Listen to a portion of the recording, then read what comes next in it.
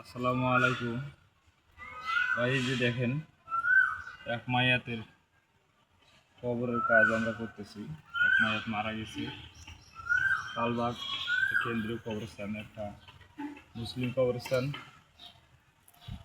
এই কবরের ঠিকানা সবার জন্য হবে, কিন্তু আমরা হয়তো মুখে সবাই বলি, সবাই জানি, কিন্তু কাজের বেলায় কেউ মানি না বা বুঝার চেষ্টা করি না। কিন্তু করার বেলায় তো সবাই বলি।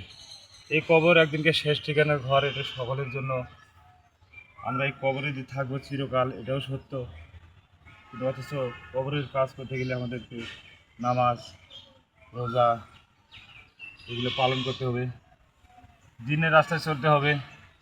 তাহলে এই কবর সাপ বিচ্ছুর ঘর থেকে আমরা রেহাই পাবো। আল্লাহ তাআলা যেন সকলকেই এই কবরের আযাব থেকে মুক্তি দান করে। সকলেই বলে আমিন।